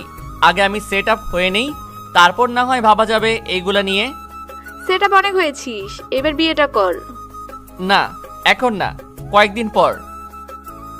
আমি তোর বাবার সাথে এই নিয়ে কথা বলবো। মায়ের মুখে বিয়ের কথা শুনে নিধির মুখ লাল হয়ে গেছে লজ্জায়। লজ্জা নিয়ে খাবারটা খেয়ে রুমে আসলাম। কিছুক্ষণ পর আমার রুমে নিধি আসলো। এ কি, তুমি আমার রুমে কি করছো? এমনি আসলাম তোমার রুমে। তুমি মায়ের সাথে গল্প করো, আমি একটু ঘুমিয়ে নেই। মা তো কি জানি কাজ করছে, কাজ শেষ হলে আমি যাব মায়ের কাছে। তা আমার পরিবারকে কেমন লাগছে তোমার? খুব ভালো লাগছে, সবাই খুব মিশুক। ওকে, আমি ঘুমাবো। আমিও তোমার বুকের উপর ঘুমাবো। পাগল নাকি? কেউ হঠাৎ করে রুমে আসলে কি করবে? কেউ দেখবে না, আমাকে ঘুমাতে দাও। পরে দিব, এখন মায়ের কাছে যাও। যাচ্ছি। নিধি চলে গেল মায়ের কাছে, আর আমি তলিয়ে গেলাম গভীর রুমে। ঘুম থেকে অনুভব করলাম কেউ একজন আমাকে ধাক্কাচ্ছে। ঘুম ঘুম চোখে তাকিয়ে দেখি নিধি দাঁড়িয়ে আছে। কি হয়েছে, ধাক্কাচ্ছ কেন? এই, অনেকক্ষণ ঘুমিয়েছো, এখন উঠে পড়ো। আর একটু ঘুমাতে দাও আমাকে। না না, দেখো রাত হয়ে গেছে, এখন উঠে পড়ো। ধুর, তোমার জন্য ঘুমাতেও পারলাম না। এখন ফ্রেশ হয়ে আসো। যাচ্ছি। ফ্রেশ হয়ে এসে মায়ের বানানো গরম গরম পিঠা খেলাম। পিঠা খাওয়ার পর ছাদে বসে আছি দোলনায়। এমন সময় পিছন থেকে কেউ কাঁধে হাত রাখলো। পিছনে তাকিয়ে দেখি নিধি দাঁড়িয়ে আছে। দাঁড়িয়ে আছো কেন? বসো এখানে। তা একা একা কি করছো? এমনি বসে আছি। তা তুমি আসলে যে? তোমাকে খুঁজে বেড়াচ্ছি আমি, তাই ভাবছি যে তুমি এখানে আছো। অনেকদিন পর গ্রামে আসায় মনটা খুব ফ্রেশ ফ্রেশ লাগছে। কাল আমাকে একটু গ্রাম দেখতে নিয়ে যাবে? যাব। হাত সরাও, আমি তোমার কোলে মাথা রেখে ঘুমাবো। ঘুমাও। নিধি আমার কোলে শুয়ে আছে, আর আমি তার মাথায় বিলি কেটে দিচ্ছি। আচ্ছা, আমরা কবে ঢাকা ফিরবো? এই তো 2 দিন পর। মাকে ছেড়ে যেতে খারাপ লাগছে আমার। বিয়ে করে বউ করে আনলে মাকে নিজে করে নিও। আমি তোমাকে এখনই নিজের আপন করে নিয়েছি। তুমি যে আমার জীবনে আসবে তা আমি কোনোদিন কল্পনা করি নাই, আর এতটা ভালোবাসবো তা আমার কল্পনার বাহিরে। আমারও ঠিক এই অবস্থা। এই, তুমি কি ঘুমাচ্ছ? তোমার কোলে মাথা রাখার পর ঘুম পাচ্ছে অনেক। তাহলে উঠে রুমে যাও, ঘুমিয়ে পড়ো। না, আমি এখানে আর তোমার কোলে ঘুমাবো। ধুর, পাগলের মতো কথা বাদ দিয়ে এখন উঠো। তোমার জন্য ঘুমাতেও পারি না ঠিক মতো। কোলে এখন না, পরে ঘুমাইও। এখন রুমে যাও। যাচ্ছি। নিধি চলে গেল রুমে। আমি কিছুক্ষণ ছাদে বসে রুমে চলে আসলাম। এসে দেখি পাগলিটা আমার রুমে ঘুমিয়ে গেছে। রুমে এসি চলছে, রুমটা অনেক ঠান্ডা হয়ে গেছে। ওর শরীরে কাঁথাও নেই, তাই একটা কাঁথা ওর শরীরে দিয়ে দিলাম। ও ঘুমের ঘোরে আমার হাতটা ধরে রেখেছে। আমি ওর কপালে একটা ভালোবাসার পরশ এঁকে অন্য রুমে চলে আসলাম। এসে ঘুমিয়ে গেলাম। পরের দিন ভোর রাতে অনুভব করলাম কেউ একজন বুকের উপর খুব চাপ দিচ্ছে। ঘুম চোখে দেখি নিধি শুয়ে আছে। আমি ওকে দেখে লাফ দিয়ে উঠেছি। যার কারণে নিধি মাটিতে পড়ে গেল। ও মারে, মরে গেলাম রে, কোমরটা মনে হয় শেষ। ওর চিৎকার শুনে দ্রুত ওর মুখ চেপে ধরলাম। এই কি করছো? এত জোরে চিৎকার করছো কেন? তুমি আমাকে ফেলে দিলে কেন? তুমি যেইভাবে শুয়েছিলা আমি ভাবছি আরো ভূত শুয়ে আছে। তাই বলে কি এইভাবে আমাকে ফেলে দিবা নাকি? হয়েছে বাবা, সরি। এখন তুমি তোমার রুমে যাও। আমি যেতে পারবো না, আমার কোমর ব্যথা করছে। কেউ দেখার আগে আমি তোমাকে দিয়ে আসি। না, আমি তোমার বুকে ঘুমাবো, তাহলে ঠিক হয়ে যাবে। আরে না, কেউ দেখে ফেললে সমস্যা হবে। কিছু হবে না, আমি সকাল হলে চলে যাব। তবুও না, তুমি এখন তোমার রুমে যাও। না, আমি যাব না, এখন আমি চিৎকার করব বলে দিলাম। ধুর, তোমাকে নিয়ে আর পারি না। তোমাকে পারতে হবে না। এই বলে নিধি আমাকে জোর করে জড়িয়ে ধরে শুয়ে পড়ে। যেভাবে শুয়ে আছো সেভাবেই থাকো, নড়াচড়া করবা না একদম। করব না। গুড। ভোরে ভোরে চলে যেও কিন্তু। ওকে। নিধিকে বুকের মাঝে রেখে আবারও ঘুমিয়ে পড়লাম। সকালে উঠে দেখি নিধি আমার বুকে এখনো শুয়ে আছে। এই উঠো, মা চলে আসবে। কি হয়েছে, ঠিকমতো ঘুমাতে দিবা না নাকি? তুমি তোমার রুমে যাও, সকাল হয়ে গেছে। এই বলে নিধিকে উঠিয়ে দিলাম। আজকে অনেক ভালো ঘুম হয়েছে আমার। ভালো হয়েছে, এখন যাও। যাচ্ছি বাবা, যাচ্ছি। সকালের নাস্তা করে নিলাম। নাস্তা করে আমি আমার রুমে বসে আছি। কিছুক্ষণ পর নিধি সেজেগুজে আমার রুমে আসলো। কি হলো? এত সাজার কারণটা কি? তুমি জানো না কেন এত সেজেছি? না, আমার তো কিছুই মনে পড়ছে না। আজকে তো আমাকে নিয়ে গ্রাম ঘুরতে বের হবা, এটাও কি ভুলে গেছো? ও, মনে পড়েছে। আচ্ছা, তুমি একটু অপেক্ষা করো, আমি রেডি হচ্ছি। তাড়াতাড়ি করো, নইলে দেরি হয়ে যাবে। আচ্ছা। দ্রুত রেডি হয়ে নিধির সামনে গেলাম। শেষ তোমার রেডি হওয়া? শেষ করলাম মাত্র। দেখি হাতটা। আমার হাত দিয়ে তুমি কি করবে? দিতে বলেছি দাও। কথা না বাড়িয়ে হাতটা বাড়িয়ে দিলাম নিধির দিকে। আউচ! এই তুমি আঙ্গুলে কামড় মারলে কেন? আমি ছাড়া কেউ যাতে নজর না দেয়, তাই এমন করেছি। ওকে, এখন চলো। নিধির হাত ধরে বেরিয়ে পড়লাম গ্রামের আলপথ দিয়ে। চারপাশে সবুজ মাঠের সমারোহ, সোনালী ফসল বাতাসে দোল খাচ্ছে। আমি নিধির হাত ধরে সামনে এগিয়ে যাচ্ছি। নিধিকে নিয়ে সারা গ্রাম ঘুরলাম। এখন দুজনের রাস্তা দিয়ে হাঁটছি আর গল্প করছি। এই ফুচকা খাবো। ধুর, এইগুলো ভালো না, অসুস্থ হয়ে যাবে। না, আমি খাবোই, চলো না খাবো। ওকে চলো। নিধির জন্য ফুচকা অর্ডার করলাম। তুমি খাবে না? না, আমি খাবো না। বুঝেছি, আমার কাছ থেকে খাওয়ার ধান্দা, তাই না? ঠিক তাই। আমার কাছ থেকে একটাও দেব না। ওকে, দিও না। ফুচকা দিয়ে গেল আর নিধি খেতে লাগলো। আমি আনমনা ভাবে ওর খাওয়া দেখছি। কি দেখছো এমন করে? রাক্ষসীর খাওয়া দেখছি। কি, আমি রাক্ষসী? আরে না না, আমি তোমাকে বলি নাই, বলেছি ওই পাশের দেশ ভারতের একটা মেয়েকে। আমাকে বোকা বানিয়ে লাভ নাই। বুঝছি, তুমি অনেক চালাক। এখন খাও তুমি। তুমি হা করো, আমি তোমাকে খাইয়ে দেই। না, আমি খাবো না। হা করতে বলেছি আমি। করলাম। হা করতেই নিধি আমার মুখে একটা ফুচকা ঢুকিয়ে দিল। আমিও খেতে লাগলাম। কি কেমন লাগছে? ভালোই লাগছে। তাড়াতাড়ি খাও, মা আবার চিন্তা করবে। খাচ্ছি। নিধির খাওয়া শেষ করে আমরা চলে আসলাম বাসায়। এইভাবে গ্রামে কয়েকদিন ছিলাম, এখন আবার শহরে ফিরে যাব। ব্যাগ গোছানো শেষ। মায়ের কাছ থেকে বিদায় নেওয়ার সময় নিধি কেঁদে দিয়েছে। অতপর মায়ের কাছ থেকে বিদায় নিয়ে ঢাকা চলে আসলাম দুজনে। কাল সকালে অফিস আছে, তাই রাতে কিছু রান্না করে খেয়ে নিলাম। অফিস শুরু হয়েছে অনেক আগেই। মায়ের জোড়াজোড়িতে অনেক দিন থাকতে হয়েছে। নিধিকে ওর বাসায় এগিয়ে দিয়ে এসেছি। রাতে খাবার খেয়ে শুয়ে আছি, এমন সময় নিধির কল আসলো। বলো। আমার কিছুই ভালো লাগছে না। কেন? মাকে খুব মিস করছি আমি, মন চায় মায়ের কাছে ফিরে যাই। ওকে, অফিস বন্ধ দিলে আমরা আবার যাব। কি করছো এখন? এই তো খেয়ে শুয়ে আছি। তুমি কি করছো? আমিও শুয়ে আছি। আচ্ছা, পরে কথা বলি, আমাকে আবার কাল অফিসে যেতে হবে। Okay, good night, love you. Okay, love you. Call কেটে দিয়ে ঘুমিয়ে পড়লাম। পরের দিন সকালে অফিসে চলে গেলাম। ঠিক এমন সময়ে বসের ডাক আসলো। আসবো স্যার?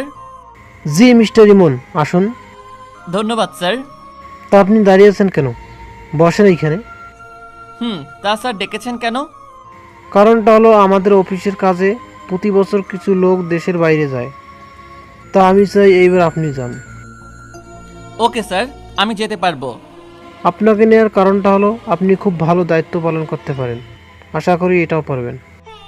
আমি আমার সর্বোচ্চ চেষ্টা করব। গুড, তাহলে আপনি এখন যান, খুব শীঘ্রই আপনার ফ্লাইট হবে। ধন্যবাদ স্যার। ক্যাবিনে বসে বসে ফাইলগুলো চেক করছি, এমন সময় নিধি কল দিল। বলো। ইমন, তুমি কোথায়? একটু আসতে পারবে? নিধির কান্না শুনে যেন বুকটা মোচড় দিয়ে উঠল। কি হয়েছে তোমার? কাঁদছো কেন? আমাকে খুলে বলো। আমার ভাইয়া খুব অসুস্থ হয়ে যায় হঠাৎ করে। আমরা তাকে ঢাকা মেডিকেলে নিয়ে যাচ্ছি। ওকে, তোমরা থাকো, আমি আসছি এক্ষুনি। আসো। একদম কাঁদবা না বলে দিলাম, তোমার ভাইয়ের কিছুই হবে না। তাই যেন হয়। আমি আর দেরি না করে বসের কাছ থেকে ছুটি নিয়ে চলে গেলাম হাসপাতালে। কেবিনের সামনে নিধি বসে আছে আর কাঁদছে। আমাকে দেখে ও জড়িয়ে কান্না শুরু করে দিল। বললাম না কাঁদতে না, আবার কাঁদছো কেন? তা ডাক্তার কি বলেছে? ডাক্তার এখনো কিছু বলে নাই, তবে ওনার চেম্বারে ডেকেছিল। গিয়েছো তুমি চেম্বারে? না, এখন যাব, তুমিও সাথে চলো। আসছি। আমি আর নিধি চলে গেলাম ডাক্তারের চেম্বারে। তা ডাক্তার সাহেব, কি বুঝলেন রোগীকে দেখে? আসলে আমরা ওর চেক আপ করেছি, তাতে ধরা পড়েছে যে ছেলেটার ব্রেন টিউমার হয়েছে। ডাক্তারের কথা শুনে নিধি ঠাস করে মাটিতে বসে পড়ে। এত ভেঙে বললে চলবে নাকি? আরো শক্ত হও। আমরা কাল ওকে অপারেশন করব, তাতে অনেক টাকা যেতে পারে। টাকার কথা চিন্তা করার দরকার নাই, আপনারা আপনাদের কাজ শুরু করেন। ওকে, তাহলে কাল আমরা অপারেশন শুরু করব। তাই করুন। ডাক্তারের চেম্বার থেকে বেরিয়ে এসে অপুর ক্যাবিনে ঢুকলাম। ছেলেটা গুটিসুটি মেরে শুয়ে আছে। অপু, কেমন লাগছে এখন? জি ভাইয়া, ভালো লাগছে। তুমি খুব দ্রুত সুস্থ হয়ে উঠবে, চিন্তা করো না। আচ্ছা। আর যা যা খেতে মন চাইবে তা তোমার আপুকে বলবে। ঠিক আছে। আমি ক্যাবিন থেকে বেরিয়ে পড়লাম। নিধি, এই টাকাগুলো রাখো। না না, টাকার দরকার নেই আমার। আছে, অপুর হঠাৎ কিছু লাগতে পারে, তাই টাকাগুলো দরকার আছে। না থাক, লাগবে না। নিতে বলেছি তোমাকে। নিধি চুপচাপ আমার কাছ থেকে টাকাগুলো নিল। যা যা লাগবে আমাকে কল করে জানিও, আমি এসে দিয়ে যাব। আর চিন্তা করো না, অপু ঠিক হয়ে যাবে। তাই যেন হয়। আচ্ছা, তোমার মা কোথায়? মা টেনশন করবে বলে ওনাকে আর সাথে নিয়ে আসি নাই। ভালো করেছো, আর ঠিক মতো খাবার খাবে। তাহলে আমি যাই। ওকে, সাবধানে যেও। আমি চলে আসলাম বাসায়। অফিসের কাজে বাহিরে যাওয়ার কথা নিধিকে বলি নাই, কারণ এই অবস্থাতে যদি ওই কথা বলি তাহলে মন আরও ভেঙে পড়বে। বাসায় এসে কিছু খাবার খেয়ে নিলাম। হঠাৎ বসের কল আসলো। হ্যাঁ স্যার, বলেন। তোমার কাল অফিসে আসার দরকার নাই, তোমার কাল 7টায় ফ্লাইট। স্যার, এত তাড়াতাড়ি? হঠাৎ সময়টা নির্ধারণ করা হয়েছে। ওকে স্যার, আমি আসব। কল কেটে দিয়ে ভাবতে লাগলাম কি করব আমি এখন। কাল অপুর অপারেশন, আবার কাল ফ্লাইট। কোন দিকে যাব আমি? ফ্লাইটের কথা যদি নিধিকে জানাই তাহলে ওর মনটা ভেঙে যাবে। না থাক, ওকে কাল আমার ড্রাইভারকে দিয়ে টাকাটা পাঠিয়ে দিব, আর সময় বুঝে ফ্লাইটের কথাটা বলবো। তাড়াতাড়ি করে ব্যাগটা গুছিয়ে নিলাম। অপুর খবর নেওয়ার জন্য নিধিকে কল দিলাম। নিধির মোবাইল বন্ধ আছে, হয়তো চার্জ নেই মোবাইলে। রাতে মোবাইলটা চার্জ দিয়ে শুয়ে পড়লাম। ভোর রাতে উঠলাম। আচ্ছা, নিধিকে কি এখন কল দিব? না থাক, ও এখন ঘুমাচ্ছে, বিরক্ত করে লাভ নাই। অপারেশনের টাকা আমার ড্রাইভারের কাছে দিয়ে আমি চলে আসলাম এয়ারপোর্টে। অফিসের আরও কর্মকর্তা আমার সাথে যাচ্ছে। আমরা সবাই সিঙ্গাপুরে যাব। সবাই বিমানে বসলো, আর বিমান সিঙ্গাপুরের উদ্দেশ্যে উড্ডয়ন করলো। এইদিকে অপুর অপারেশন এখন হবে। বাটা ড্রাইভার টাকা নিয়ে এখনো যায় নাই। নিধি বাধ্য হয়ে আমাকে কল করলো। ফ্লাইট মোড অন থাকার কারণে মোবাইল বিজি বলছে। বারবার চেষ্টা করেও লাভ হয়নি। নিধির খুব চিন্তা হচ্ছে। কি হলো, আপনি কি এখনো টাকার ব্যবস্থা করতে পারেননি? ডাক্তার সাহেব, টাকার ব্যবস্থা করা আছে, আপনি অপারেশন শুরু করেন, আমি আসছি। ওকে। নিধি বাধ্য হয়ে আমার বাসায় চলে আসলো। এসে দেখে বাসায় তালা দেওয়া। যেইটা দেখার মানসিক প্রস্তুতি নিধির ছিল না। সে আবারও পাগলের মতো আমাকে কল করতে লাগলো, কিন্তু প্রতিবার বিজি বলছে। শেষমেশ সে ধপাস করে মাটিতে বসে পড়ে। তাহলে কি ইমন আমাকে ঠকালো? যাকে এত বিশ্বাস করলাম সে কিনা আমাকে ঠকাতে পারলো। নিজের সর্বস্ব দিয়েও ভাইটার জন্য কিছু করতে পারলাম না। আমি কোনোদিন ভাবতেও পারি নাই যে ভালোবাসার নাম করে সে আমাকে এভাবে ঠকাবে। তাহলে কিসের জন্য আমি নিজেকে সামলে রেখেছি? আমি আবার হয়ে উঠবো পতিতা। আরে যার জন্য এত কিছু করলাম সেই যদি আমাকে ঠকাতে পারে, তাহলে আমি কেন ওর জন্য নিজেকে সংযত করে রাখবো? নিজের ভাইয়ের জন্য আমি সব কিছু করতে পারি। আমাকে যেই করেই হোক টাকার ব্যবস্থা করতে হবে। এই বলে নিধি নিজের ভাইয়ের জীবনটা বাঁচানোর জন্য চলে গেল পতিতালয়। সে আজ নিজেকে বিলিয়ে দিবে। যত এগুচ্ছে তত মনে হচ্ছে সে পাপের দিকে যাচ্ছে। তার মন কিছুতেই সাড়া দিচ্ছে না। অবশেষে নিজের ইচ্ছার বিরুদ্ধে সে চলে গেল পতিতালয়ে। একজন বড়লোক ব্যক্তি নিধিকে টাকার বিনিময়ে পছন্দ করেছে। নিধি এখন রুমে বসে আছে আর মাথাটা নিচু করে কাঁদছে। কারো উপস্থিতি টের পেয়ে সে একটু নড়ে চড়ে বসলো। এই যে সুন্দরী, ওইভাবে না থেকে আমার কাছে আসো। নিধি এইবার নিজেকে সামলাতে পারল না, হুড়হুড় করে কেঁদে দেয়। দয়া করে আমাকে ছেড়ে দিন, আমি অনিচ্ছায় এই কাজে আসছি। আমি তোমাকে মোটা টাকা দেব, এখন আমার চাহিদা মেটাও। আমি আপনার পায়ে পড়ি, আমাকে যেতে দিন। আমার শরীরে আমার ভালোবাসার স্পর্শ রয়েছে। মানে? আর আপনি অনিচ্ছা কাজটা করছেন কেন? সে অনেক কাহিনী, আপনি কি শুনবেন সেই কাহিনী? শুনবো। নিধি তার পরিবারের কথা ও ইমনের বিশ্বাসঘাতকতার কথা প্রকাশ করে দেয় আর কাঁদতে থাকে। আপনি কাঁদবেন না, আমি আপনাকে সাহায্য করব। আপনি আমাকে সাহায্য করবেন মানে? আমি আপনাকে বোন হিসেবে সাহায্য করতে চাই। আপনার ভাইয়ের চিকিৎসার টাকা আমি দেব। আজকে তার অপারেশন। যেই ছেলে আপনার জীবন নিয়ে খেলা করেছে, আপনি তাকে ছুঁড়ে ফেলে দিন মন থেকে। তা হয়তো কোনোদিন সম্ভব নয়। আচ্ছা, সেটা আপনার ইচ্ছা। আমাকে এখন অপুর কাছে নিয়ে যাবেন? নিধির চোখ দুইটা কৃতজ্ঞতায় সজল হয়ে উঠল। চলুন, আমাকে হাসপাতালে নিয়ে চলুন। যাচ্ছি। এইদিকে আমরা ফ্লাইট থেকে নেমে হোটেলে চলে আসলাম। এসে মোবাইলটা অন করলাম, বাট চেক করা হয়নি। ফ্রেশ হয়ে খাবারটা খেয়ে কিছুক্ষণ বিশ্রাম নিলাম। সকালের ঘুম থেকে উঠে মোবাইলটা হাতে নিয়ে দেখি নিধির অনেকগুলো কল। হয়তো আমাকে না পেয়ে বারবার কল দিয়ে গেছে। দেরি না করে ওকে কল দিলাম। রিং হওয়ার সাথে সাথে রিসিভ করলো নিধি। এই, তোমাকে একটা কথা বলার জন্য কল দিয়েছি। আসলে আমি... চুপ থাক তুই। তোর মতো বিশ্বাসঘাতক আর বেঈমানের কল দেওয়ার কোনো প্রয়োজন নেই। নিধির কথা শুনে যে থমকে গেলাম। এ কি নিধি, তুমি এমনভাবে কথা বলছো কেন? বেঈমানের সাথে আর কত সুন্দর করে কথা বলবো? বুঝতে পেরেছি, আমি বাহিরে আসাতে তুমি খুব কষ্ট পেয়েছো, তাই এসব বলছো। আরে কত কষ্ট পেয়েছি আমি তোর মতো বেঈমানকে ভালোবেসে। নিধি, তুমি এসব কি বলছো? আমার মাথায় তো কিছুই ঢুকছে না। ঢুকবেই বা কি করে? এখন তো অন্য মেয়ে নিয়ে ব্যস্ত আছিস, তাই আমাকে আর লাগবে না। নিধি সীমা অতিক্রম করবে না। আরে আমি তো সীমার কাছেই যাইনি, আর তুই আমাকে এভাবে ঠকাতে পারলি? আরে তুমি কি বলছো? আমাকে সবটা খুলে বলো। তুই তোর চাহিদা মেটানোর জন্য আমাকে এইভাবে ব্যবহার করলি। ঠিকই শেষে নিজেকে গুটিয়ে নিয়ে পালিয়েছিস। আমি পালিয়েছি মানে? তুই আমাকে মিথ্যা আশ্বাস দেখিয়ে স্বপ্ন দেখিয়েছিস। এই তোর নমুনা? আচ্ছা, তুমি কি শুরু করেছো? আমি অফিসের কাজে বাইরে এসেছি, তাই তোমাকে কিছু জানাতে পারি নাই। আরে তুই তো টাকা দেওয়ার ভয়ে পালিয়েছিস।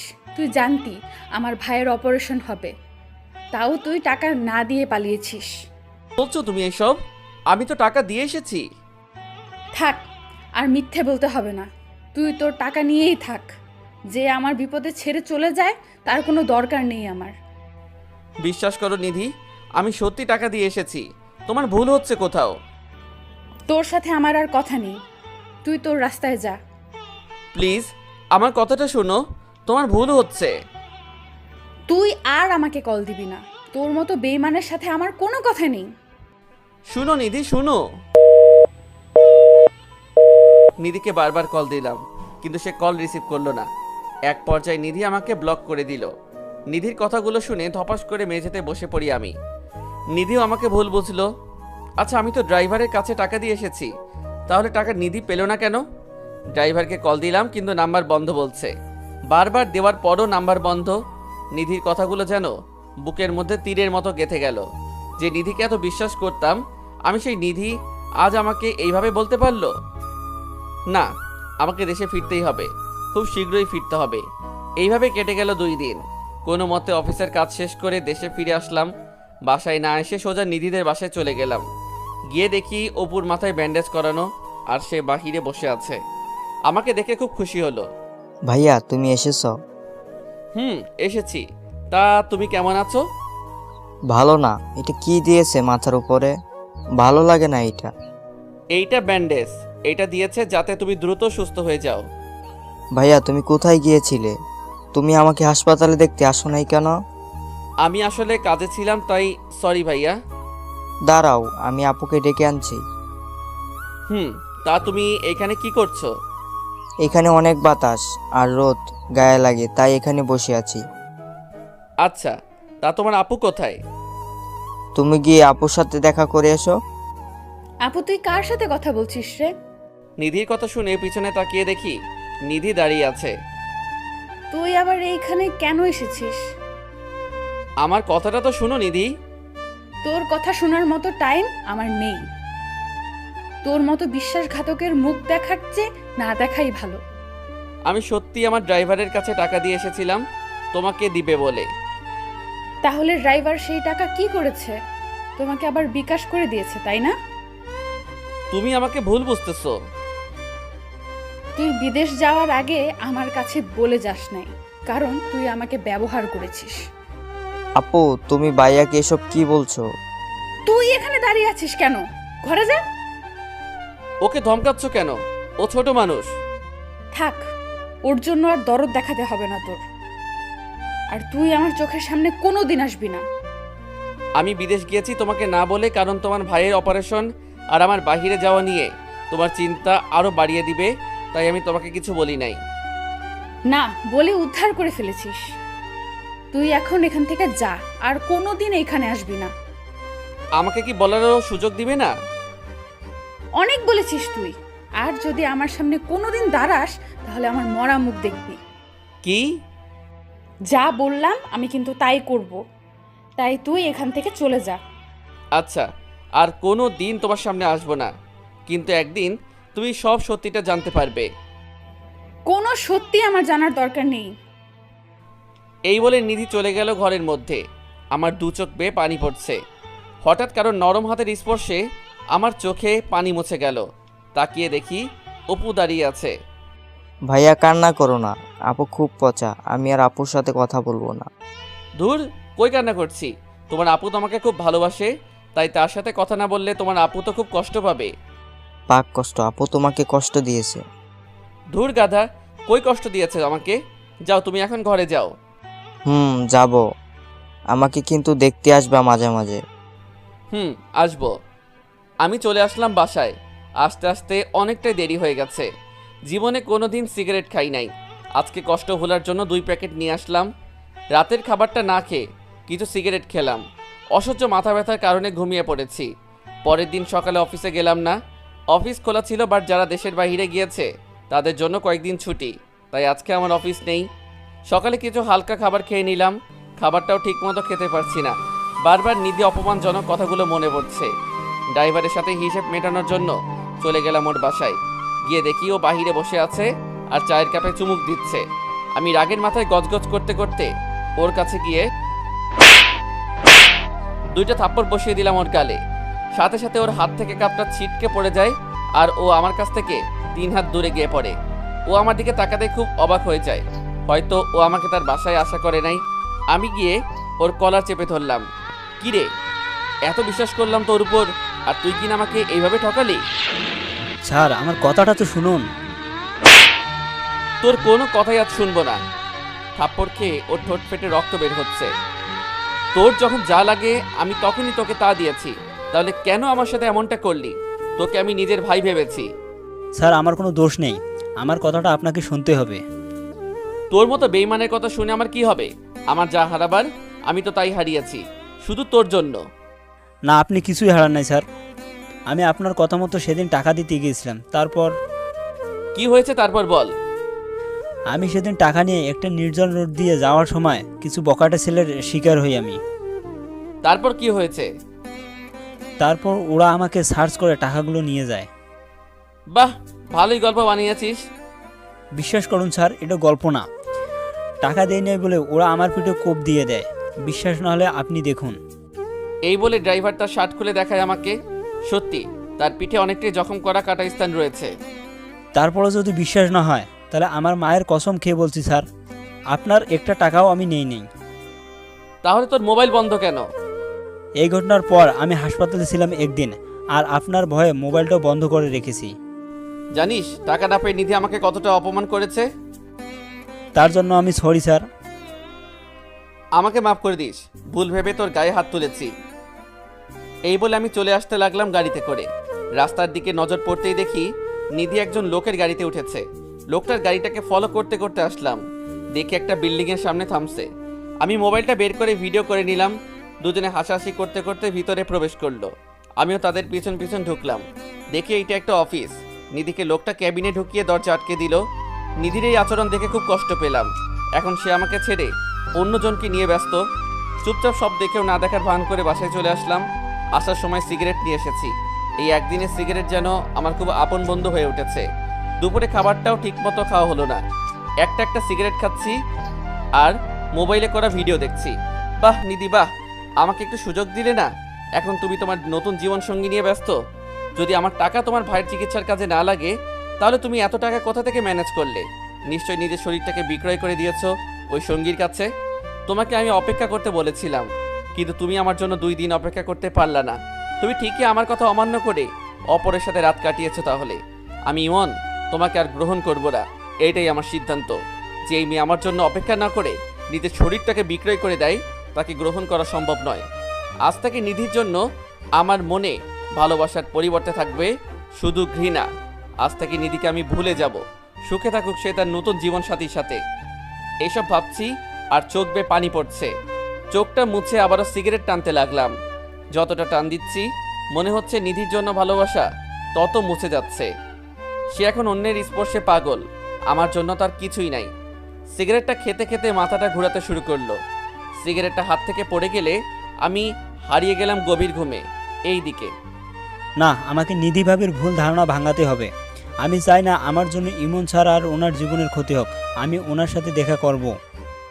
এই বলে ড্রাইভার নিধির বাসার উদ্দেশ্যে রওনা দিল। নিধির বাসায় এসে কলিং বেল চাপ দিতে নিধির মা দরজা খুলে দেয়। কে তুমি বাবা? আমাকে আপনি চিনবেন না। নিধি কি বাসায় আছে? আচ্ছা তুমি বসো, আমি নিধিকে ডেকে আনছি। ড্রাইভার ভিতরে গিয়ে বসলো। কিছুক্ষণ পর নিধি ড্রাইভারের সামনে আসলো। কে আপনি? আর আমাকে কেন দরকার? আমি হচ্ছি ইমন স্যারের পার্সোনাল ড্রাইভার। ও তা কিসের জন্য এখানে এসেছেন? ওকালতি করার জন্য?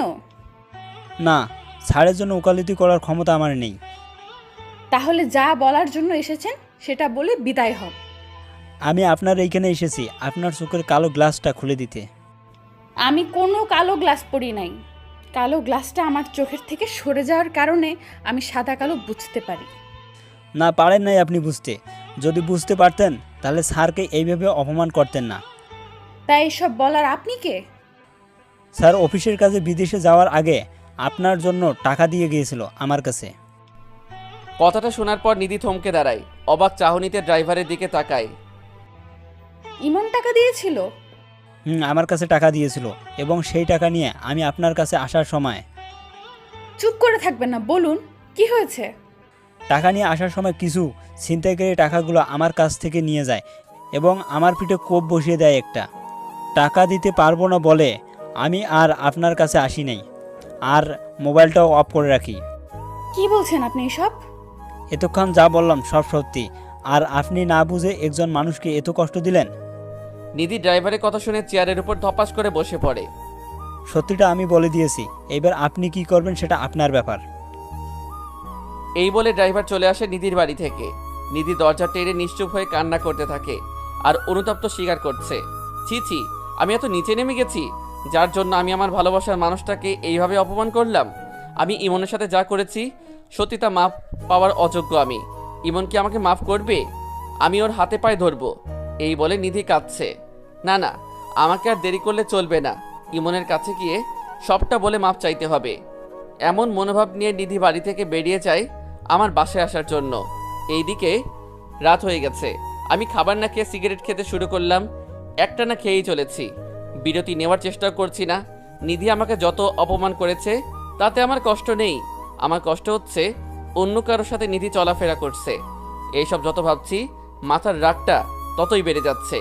রাগটা কমানোর জন্য একের পর এক সিগারেট খেয়েই চলেছি। হঠাৎ অনুভব করলাম আমার মুখে সিগারেট নেই। তাকিয়ে দেখি পাশে নিধি দাঁড়িয়ে আছে আর আমার সিগারেট ওর হাতে। ওর দিকে তাকাতেই দেখি ওর চোখ কিছুটা লাল হয়ে আছে, হয়তো কান্না করেছে। ওকে দেখে রাগটা আরো বেড়ে গেল। তুমি এইখানে কি করছো? আমি সব সত্যি জানতে পেরেছি, আমি তোমাকে ভুল বুঝেছি, প্লিজ আমাকে মাফ করে দাও। আরে তোমাকে তো আগেই মাফ করে দিয়েছি আমি, এখন এখান থেকে যাও। আরে তুমি সিগারেট খাচ্ছ কেন? আমার মন চাইছে সিগারেট খেয়েছি, এতে তোমার কি?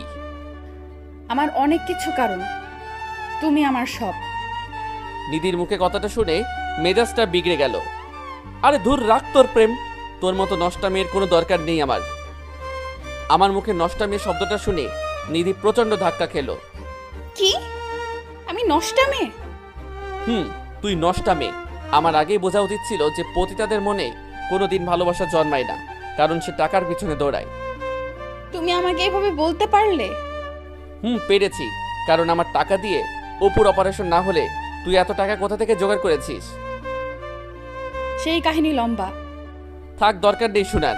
আজকে সকালে যাকে নিয়ে গাড়িতে উঠেছিলি সে কি তোকে বিছানায় সুখ দিতে পারছে না, তাই আমার কাছে এসেছিস আবার? চুপ করো তুমি, অনেক বলেছো তুমি। আমার কাছে প্রমাণ আছে। এই বলে ওদের ভিডিওটা দেখিয়ে দিলাম। নিধিকে খুব স্বাভাবিক মনে হচ্ছে। সে আমার ভাই হয়, সে আমাকে বোন ডেকেছে। বাহ, আমি বিদেশ যেতে না যেতে ভাই বানিয়ে ফেলেছিস? তা আজকেও তো ওর সাথে ঘুরেছিলি, কি মনে করিস আমি জানি না? তুমি সব ভুল জানো। হ্যাঁ, আমি ভুল জানি, আর তুই সব ঠিক জানিস, তাই না? আমার কথাটা তো একবার শুনবা। তোর কোনো কথাই আমি আজকে শুনবো না। নিধি পতিতা নামের কোনো মেয়ের সাথে আজ থেকে আমার সম্পর্ক নেই। নিধি এবার জোর করে কেঁদে দেয়। আমাকে একটু বোঝার চেষ্টা করো, ওর সাথে আমার কোনো সম্পর্ক হয়নি। ও তাহলে ছেলেটা তোমাকে এতগুলো টাকা দিয়ে দিল এমনি এমনি? তুমি আমার সম্পূর্ণ কথা তো শুনবা আগে। তোর কোনো কথা শোনার ইচ্ছে নেই আমার, তুই এইখান থেকে যা। প্লিজ ইমন, তুমি আমাকে ভুল বুঝতেছো, প্লিজ বোঝার চেষ্টা করো। তুই কোন সাহসে তোর নষ্ট শরীর দিয়ে আমার হাত ধরলি? নিধি আমার হাতের থাপ্পড় খেয়ে মাটিতে পড়ে যায়। বাহ, আচ্ছা, আমাকে তুমি ভুল বুঝলে। এমন একদিন সময় আসবে যেই দিন আমাকে তুমি অনেক খুঁজবে, কিন্তু পাবে না। আজ আমি চলে যাচ্ছি, আর কোনো দিন আসবো না। নিধি কাঁদতে কাঁদতে বাসা থেকে বেরিয়ে যায়। আমি আবার সোফায় বসে মনের শোকে সিগারেট খাচ্ছি। আজ মনটাকে খুব হালকা লাগছে পতিতাটাকে দূর করতে পেরে। যে মেয়ে আমার জন্য অপেক্ষা না করে অপরের কাছে নিজেকে সঁপে দেয় তার কোনো দরকার নেই আমার জীবনে। রাতে শান্তির মতো ঘুমিয়ে গেলাম। সকালে উঠে মনটা ভালো করার জন্য অফিসে চলে গেলাম। অফিসে কাজ করছি, সবাই সবার মতো দুপুরের খাবার খাচ্ছে। হঠাৎ আমার নিধির কথা খুব মনে পড়ছে, কারণ ও আমাকে জিজ্ঞেস করলো খেয়েছে কিনা। মাথা থেকে নিধির ঝামেলা সরিয়ে আবারও কাজে মন দিলাম। অফিস থেকে বাসায় এসে কিছু খাবার খেয়ে নিলাম।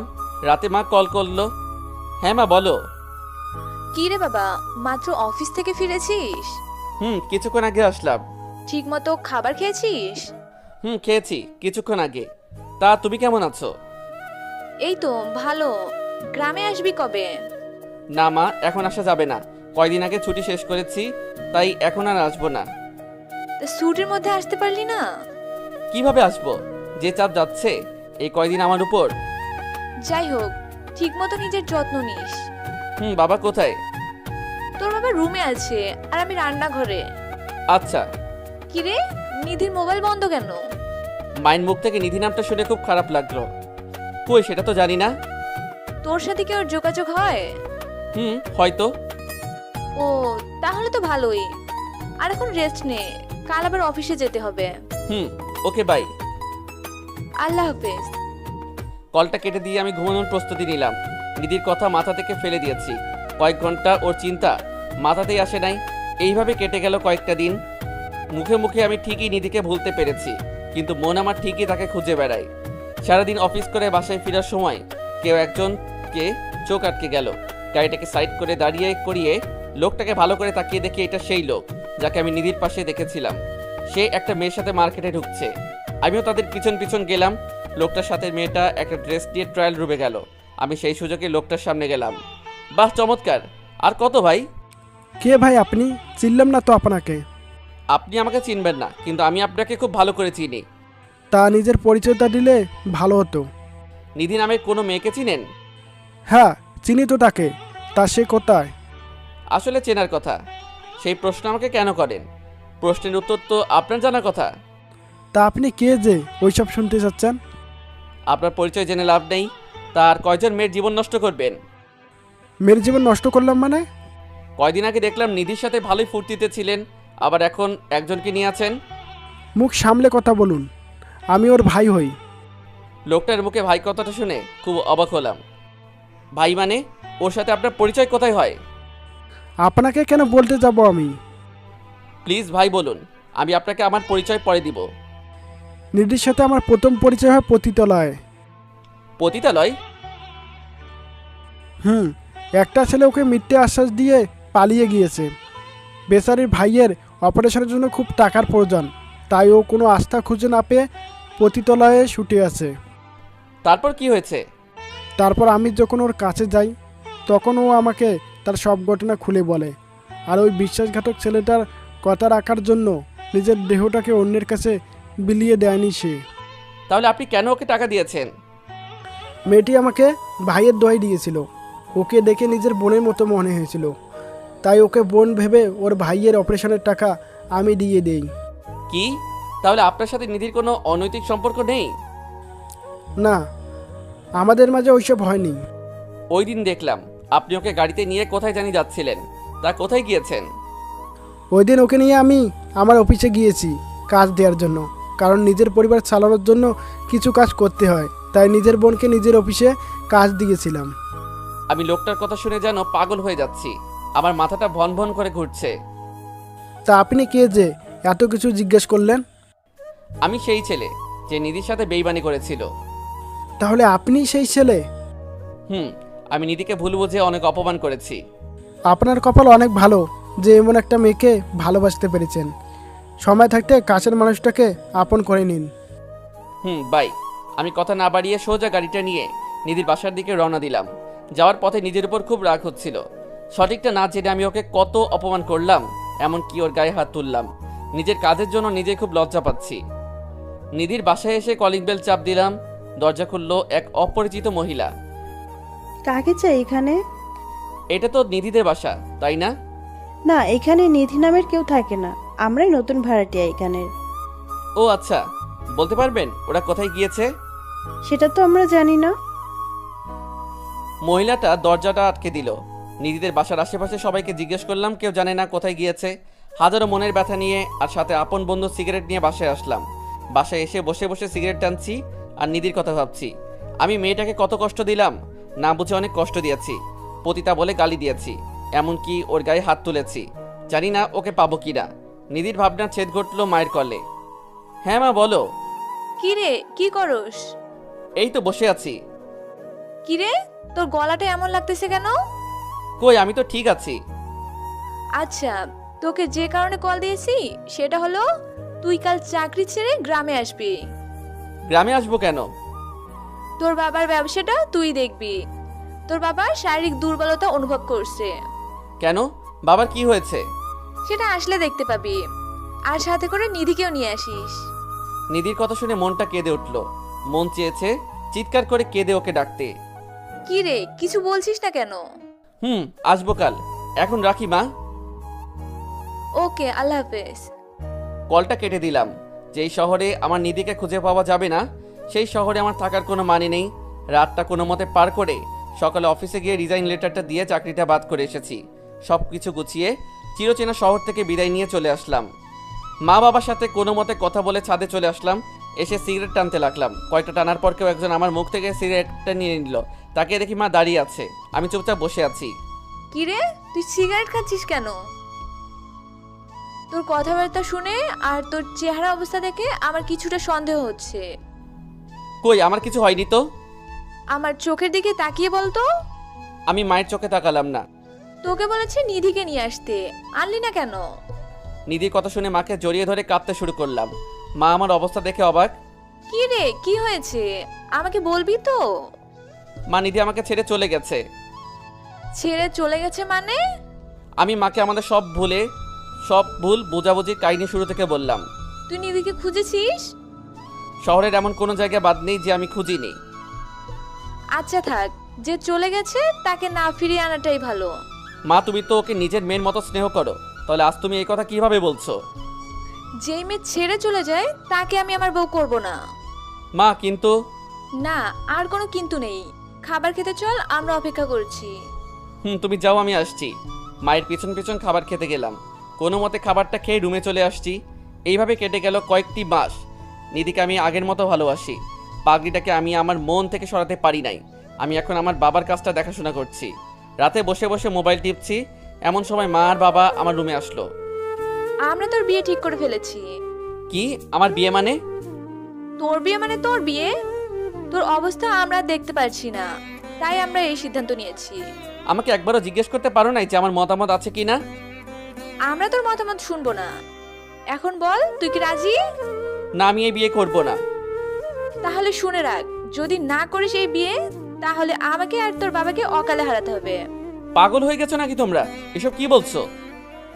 দেখ বাবা, আমাদের তো খুব ইচ্ছে হয় যে আমার ঘরে একটা লক্ষ্মী আসবে আর আমার নাতি নাতনি হবে।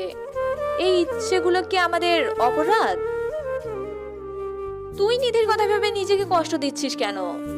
হয়তো নিধিও তার সংসার নিয়ে ব্যস্ত। হয়তো। তাহলে তুই এই বিয়েতে মত দিয়ে দে বাবা। তোমরা যা ভালো বোঝো তাই করো। এই তো আমার লক্ষ্মী ছেলে। আগামী 2 দিন পর তোর বিয়ে। বাবা আর মা চলে গেল। রাতে শুয়ে আছি আর নিধির ছবিটার দিকে তাকিয়ে আছি। আমি পারলাম না নিধি তোমার জন্য অপেক্ষা করতে। আমাকে মাফ করে দাও। কিছু পানি গাল গিয়ে পড়ছে। এইভাবে দেখতে দেখতে আমার বিয়েটাও হয়ে যায়। বউ বাসরাতে বসে আছে আর আমি ছাদে বসে দাঁড়িয়ে সিগারেট খাচ্ছি। কি রে, তুই এখনো রুমে যাসনি? মায়ের গলা শুনতে হাত থেকে সিগারেটটা ফেলে দিলাম। রুমে গিয়ে কি হবে আমার? এইটাই ভালো জায়গা আমার জন্য। গাধা, মেয়েটা তোর জন্য অপেক্ষা করছে, তুই তাড়াতাড়ি চল। মায়ের জোড়াজড়িতে বাসর ঘরে ঢুকলাম। মেয়েটা ঘোমটা দিয়ে বসে আছে। আমি ওর পাশে দাঁড়িয়ে আছি আর বলতে লাগলাম, দেখুন, আমি আপনাকে বউ হিসেবে মানতে পারবো না। আমি একজনকে ভালোবাসি। এই কথা শোনার পর মেয়েটা ঘোমটা তুলে আমার কলার চেপে ধরলো। কি? তুই কথাটা আবার বলতো। দিদির কণ্ঠ শুনে ওর দিকে তাকিয়ে আমি অবাক হয়ে যাই। আরে ও যে আমার ভালোবাসার মানুষটা। সবকিছু যেন স্বপ্নের মতো লাগছে। তাহলে নিধির সাথে আমার বিয়ে হয়েছে। আবেগ সামলাতে না পেরে ওকে জড়িয়ে ধরলাম আর কাঁদতে লাগলাম। এই পাগল, কাঁদছো কেন? তুমি আমাকে ছেড়ে কই ছিলে এতদিন? আমি তো তোমার কাছেই ছিলাম, কিন্তু তুমি দেখতে পাওনি। আমার কাছে মানে? শুনো, যেদিন তুমি আমাকে ভুল বুঝেছিলে সেই দিন আমি মাকে সব জানিয়েছিলাম। আর মা আমাকে বলেছিল পরিবার সহ গ্রামে চলে আসতে। আমিও শহর ছেড়ে গ্রামে চলে আসি এবং তোমাকে শহর থেকে আনার পরিকল্পনাটাও আমিই করি। আর সব শেষে এখন বিয়ে। জানো আমি তোমাকে কত খুঁজেছি আর কত মিস করেছি। মিস মনে হয় আমি করি নাই? আমার খুব কষ্ট হয়েছিল। সরি সেই দিনের এত অপমানের জন্য। আসলে আমি সঠিকটা না জেনে রেগে গিয়েছি। এখন যেহেতু জেনেছো আর আমাকে বকা দিতে পারবা না। ওকে দিব না, তবে প্রতিদিন মরবো। কি? মারলে যে আমি ব্যথা পাবো তখন? তখন বুকে টেনে নিয়ে আদর করে দিব। তাহলে এখন মারো আর আদর করো। করছি। আর আমাদের 3 জন হওয়ার ব্যবস্থা করতেছি। 3 জন মানে? কিছু না। এই বলে আমি নিধির ঠোঁট দুইটা এক করে দিলাম। নিধিও বাধা না দিয়ে সাড়া দিতে লাগলো। দুজনে হারিয়ে গেলাম গভীর ভালোবাসার সমুদ্রে।